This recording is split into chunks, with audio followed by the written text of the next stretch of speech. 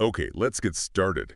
Today, we are jumping into a topic that I think everyone dreams about: traveling. Welcome, everyone. Yes, and we're specifically looking at how exploring new places is probably the best way to really boost your English skills. It's so true. This is one of the most exciting, practical topics out there, whether Yeah. you're just dreaming of a vacation or you actually have a flight booked for next month. Or maybe you're just curious about the world. Mm, This is really your guide to feeling prepared and confident when you travel. exactly. Our whole mission today is to give you the English you need for those real-life travel moments. Mm. Because, let's be honest, things can get confusing. Have you ever arrived in a new city, you're standing at a bus stop, and you just can't figure out which bus to take? Yeah. Or you see an amazing local dessert in a shop window? And you want to order it, but you don't know the name. Yeah. And pointing isn't really working. We've all been there. Well, those moments of confusion are actually where you learn the most. We think of learning English in a classroom, right? But travel forces you to use it right away. Okay, so let's break down how we're going to explore this today. We've got three main parts. First up, we're going to look at why. The big reasons traveling is so good for us. Then second, we'll give you a really simple step-by-step guide for actually planning a trip. All the practical stuff. And finally, we'll dive into some real-life stories and even do a little English practice or role play to make sure you feel ready to go. So let's start with that big question. Why should we even leave home in the first place? Let's get into section 1, the power of traveling. We all know it's fun, but why does it matter so much for, our minds and our skills? Well, you can think of travel as the best kind of school. It's like you're building a giant library in your mind. Every new place you visit is a new book that shows you a different way the world can work. I love that. A library of experiences. So this brings us to a really big idea, which is learning about different cultures. Right. And this is the core benefit. Each new place adds another piece to the puzzle of, what it means to be human. It shows you that there are so many different ways to live. So let's define a key word right here: culture. This one is so important. It really is. Culture is basically all the ideas, the food, the music, and the traditions of a place. It's the personality of a country or a city. How they live, what they think is important. Exactly. Think about something simple like time. In some cultures, arriving exactly on time for a meeting shows you're serious and respectful. But in another culture, the meeting time might be more of a suggestion. The real respect comes from, taking the time to talk and connect with the person first before business. Right, and understanding that difference is understanding culture. It's not about right or wrong, it's just different. And when we see these differences, we start to become more open-minded. That's our next big vocabulary word. So what does being open-minded really mean for someone who's traveling? It means you're willing to try new things, even if they feel a little strange at first. You try the food that looks different, you listen to music you've never heard. And you listen to opinions that are different from your own without judging. Exactly. You learn to respect the differences. And honestly, that's maybe the most valuable skill that travel teaches you. It just happens naturally. And it's not just about ideas, it's also about learning in a very real physical way. Oh, absolutely. Think about history. You can read a book about an ancient castle, but when you actually go there, And you walk through it. yes, you stand in those old rooms, you touch the cold stone walls, you feel the history in a way a book can never show you. You're connecting with the past directly. And it's not just about the past, right? It's about today, too. Precisely. You get to see how different countries are trying to solve the same problems that we all have. Like, how do they manage public transport? Or how do they use new technology in their daily lives? You see it working or not working right in front of you. It's not just a news story anymore. It becomes real. Okay, so travel makes us more open-minded. It teaches us about the world. But let's get to the most practical benefit for our listeners. It's the best possible English class. This is it. This is the reason to get out there. Travel puts you in situations where you have to use the English you know. And that pressure, it makes you learn very, very quickly. Yeah, it's about necessity. It's one thing to practice ordering a coffee in a classroom. But it's totally different when your flight is canceled and you have to talk to an airline agent, understand what they're saying, and figure out where you're going to sleep tonight. All in English. Oh, that's a stressful one. It is. But you do it. You ask questions like, where's the nearest hotel? Or you listen carefully to an announcement on a loud train platform. And you meet other travelers, right? From all over the world. And English is often the one language you all have in common. It's the bridge. That's what's so amazing about it. And that kind of practice helps your listening and your speaking skills at the same time. You build real confidence. So beyond the language skills, there's this other huge benefit. Personal growth. Yes. Travel builds life skills that you use long after you get home. It pushes you way outside your comfort zone. Why is it so effective at that? Because things go wrong. They always do. And travel teaches you to be truly independent. You have to plan, you have to organize, and you have to solve your own problems. Can you give us an example? Yeah. A common problem. Okay, sure. Maybe. Hmm. Maybe you get to the train station and the ticket machine is broken. Or you realize you left your phone charger at the last hotel. Oh, the charger. That's a classic. It's a small crisis, right? But when you figure it out, when you find a shop, use your English to ask for a new charger and solve the problem, it makes you stronger. It builds resilience. Resilience. That's such a great word. It's the ability to handle new situations, to bounce back. Exactly. And when you solve a problem like that in a foreign country, you start to think, hey, if I can handle that, I can definitely handle the problems waiting for me back home. That's a powerful feeling. And let's not forget, it's also just fun. Seeing the world is incredible. Of course, seeing huge mountains or beautiful oceans, and the food. Yes, the food. Trying new flavors is one of the best ways to understand a culture. It's a delicious education. That was a perfect summary of the why. We've talked about culture, being open-minded, and building resilience. So now that we're all inspired to go, how do we actually do it? Let's move on to section 2, the practical guide to planning. Okay. We've broken this down into 5 clear steps. A little bit of organization at the beginning makes the whole trip much, much smoother. All right, so where do we start? Step 1. Step 1 is the big one, choosing your path. You have to decide on your destination. Destination. That's our first key word for this section. It just means the place you're going to. But there are so many places in the world. How do you choose? You have to ask yourself one main question. What kind of trip do I want? Is the purpose to relax on a beach? Or is it an active trip, like hiking in the mountains? Or maybe a busy city trip with museums and restaurants and nightlife? The purpose of your trip will help you choose the perfect destination.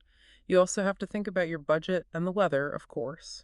That makes a lot of sense. So once you've picked your destination, what's next? Step 2 is booking and paperwork. This is the logistics part.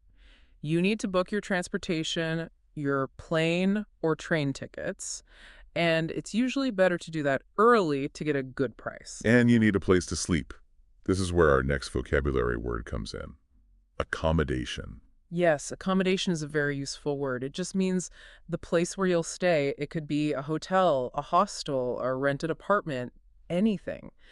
And my best advice here is to read the reviews from other travelers before you book. Good tip. Now, what about the paperwork? This part always makes me nervous. It shouldn't, as long as you check early. You need to make sure your passport is valid. It usually needs to be valid for at least 6 months after your trip ends. That's a really important detail. A very important detail. And you have to check if you need a visa. A visa is official permission from a country to enter. And getting one can take a long time. Weeks, sometimes months. So you have to check this first. If your paperwork isn't right, you won't even get on the plane. Okay, so trip is booked, paperwork is done. Now for step 3, packing smartly. And our verb here is to pack. Yes, to pack is the action of putting things in your bag. And the key is to pack smartly. First, make a list. The most important things, your passport, money, medicine, should go in a small bag that you always keep with you. Never in the big suitcase that you check. Never. And that brings up the big question. How much should you pack? The golden rule is try to pack light. Oh, this is my biggest weakness. I always pack too much. We all do it first. But trust me, carrying a smaller, lighter bag makes traveling so much easier. You don't want to be dragging a giant, heavy suitcase up and down stairs in a train station. Okay, so what's the secret to packing light but still having enough clothes? The secret is bringing clothes that are versatile. Versatile means you can wear them in many different ways. A simple pair of dark pants, for example. You can wear them for sightseeing during the day and also for a nice dinner at night. That's smart. So one item has multiple uses. Exactly. It saves so much space. Okay, so we're all packed. What's step 4? Step 4 is creating a plan. We call this an itinerary. An itinerary. So that's like a schedule for your trip. It is, but it should be a rough schedule. It's a plan for what you want to see and do each day. It helps you be efficient. For example, you can plan to visit all the museums on the east side of the city on Monday and the west side on Tuesday. So you're not wasting time traveling back and forth. Right. But, and this is a big but, don't plan every single minute of your day. I was going to ask about that. You have to leave room for surprises, right? You absolutely have to. Flexibility is key. Some of the best travel memories happen when you get a little lost and discover a wonderful little cafe that wasn't in your plan. You need time for that spontaneous fun. Great advice. Use the itinerary as a guide, not a rule book. So what's the final step? Step 5. The final and most important step is safety first. Okay. What does that involve? A few simple things. First, tell a friend or family member what your itinerary is. Let them know where you'll be. It's a simple safety net. That's easy enough. Also, make sure you have travel insurance. It's so important. If you get sick or something gets stolen, insurance protects you from huge costs. It gives you peace of mind. It does. And finally, before you go, look up the emergency phone number for your destination. It's not always 911. Write it down, keep it with your passport. Being prepared like this lets you relax and enjoy the trip. Okay, those 5 steps are a fantastic roadmap. Now let's see how this all works in the real world with some travel stories. Yes, this is where we see how all these ideas, planning, vocabulary, being open-minded, all come together. I'd love to hear a story from you first. Something about history and maybe a bit of adventure. Okay, so a few years ago, I planned a trip specifically to see something ancient. My destination was this remote, misty part of northern Europe high up in the mountains. Sounds beautiful and a little mysterious. It was. The main goal was to visit this huge old stone castle on top of a hill, it was called. Let's call it the Cloud Spire Fortress. The moment I saw it through the morning fog, it was just amazing. Amazing, that's a great word. So very, very good. Breathtaking. Exactly. I had visited other castles, but this one was different.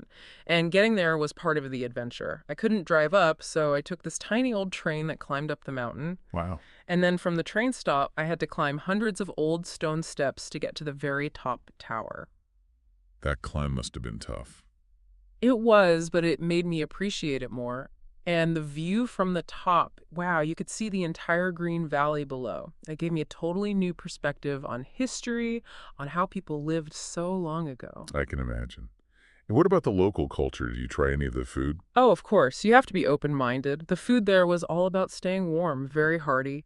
I tried this thick, traditional stew made with smoked meat and root vegetables, and it came with this very dense, dark bread that they only make in that region. Sounds perfect for a cold day. It sounds like you really explore the whole experience. That's the goal. It showed me that seeing a place you've read about is so much more powerful in person. It connects the facts in your head to a real feeling in your heart. It was an amazing trip. What a fantastic story. I have a different kind of story to share. Mine is less about a big historical place and more about finding a quiet moment and connecting with people. Oh, I like those stories. This sounds like a search for serenity. Exactly. Serenity, that feeling of complete calm and peace. My destination was a small coastal town known for its quiet lifestyle. Okay. And they had this beautiful morning tradition. I woke up really early, maybe 5 a.m., and went down to the fishing harbor. The whole community gathered there as the sun came up. What did they do? They just stood there quietly for a few minutes, watching the sunrise, before the fishing boats went out for the day. It was so simple, but watching the sky change colors over the calm water, I felt such a deep sense of serenity. It was so peaceful. Wow. And was that in a guidebook? Not at all. I had to practice my English. I asked the owner of my accommodation about local traditions, and she told me about it. It was a perfect example of culture in action. That's the best way to discover things. By talking to people. What about the food? I imagine it was very fresh. The freshest I've ever had. I remember this one seafood meal. It wasn't a big plate of food, but several small, perfect dishes. Each one focused on one type of fish or shellfish that was caught just hours before. The chef took so much pride in it. The pride in the work tells you a lot about the values of a place. It really does. But the best part was after that meal, I was walking through a little market and met a woman selling handmade pottery. We started talking, just using simple English, and she told me about her life there, by the sea. A real connection. A real connection. It just showed me that to explore doesn't always mean climbing a mountain. Sometimes it just means waking up early and being open to a conversation. It was a truly wonderful trip. Those are two very different but equally amazing stories. Thank you for sharing that. They really bring these ideas to life. So now let's move to our final section, some essential, practical English tips you can use on your next adventure. Yes, we've got 5 critical tips that every traveler should keep in mind. Okay, tip number 1. Always carry a map, even if you have a phone. A map. That sounds a little old-fashioned. Why a paper map? Because phones run out of battery, or you lose your signal. If you're lost and your phone is dead, a simple paper map is your best friend. It helps you see the whole city at once. That's a very good point. Okay, what's tip 2? Tip 2, respect and connection. Learn a few words in the local language. So, even if most people speak English, Especially then. Just learning to say hello, please, and thank you in the local language shows so much respect. People will be warmer, friendlier, and more willing to help you. It opens so many doors. I love that. Okay, tip 3. Tip 3, keep your valuables safe. Valuables are your important things, like your passport, money, and phone. So what's the best way to do that? Don't keep them all in one place. Huh? Maybe leave your passport and a spare credit card locked in your accommodation. Then, only carry the cash you need for the day in a secure pocket or a money belt. That way, if you lose one thing, you don't lose everything. That's really smart. Adds to your resilience. Exactly. All right, tip 4, be aware. This means pay attention to what's happening around you. So put the phone down for a minute. Yes. Look around, especially in crowded places. And trust your feelings. If a situation feels wrong or unsafe, it's okay to just walk away. Good advice. And the last one, tip 5. Tip 5 is simple. Drink water and keep your bags light. We mentioned packing light again. It's that important. A heavy bag will drain your energy, and staying hydrated, drinking enough water is so important for keeping your energy up and thinking clearly while you explore. Those are 5 excellent, practical tips. Now, let's put some of this into practice. Let's try a hotel check-in roleplay. Great idea. Practice is the best way to build confidence. Okay, I'll be the guest who is checking into my accommodation. You can be the receptionist at the hotel. Perfect. Let's do it. Ahem. Good afternoon. Welcome to the Traveler's Rest Hotel. How can I help you? Hello, I have a reservation. The name is Taylor. Jamie Taylor. One moment, Mr. Taylor. Let me just check the system. Ah, yes, I see it here. A reservation for 2 nights in a single room. Is that correct? Yes, that's right. Wonderful. Could I see your passport, please? Of course. Here you go. Thank you so much. Okay, everything looks perfect. Here is your room key. You're in room 312 on the 3rd floor. The elevator is just over there to your left. Great, thank you. Just one quick question. What time is breakfast? Breakfast is served from 7 a.m. to 10 a.m. in our dining room on the ground floor. Perfect. And one more thing. Where is the nearest ATM? I need to get some cash. Well, of course. There's an ATM right across the street next to the small coffee shop. You can't miss it. Excellent. Thank you for your help.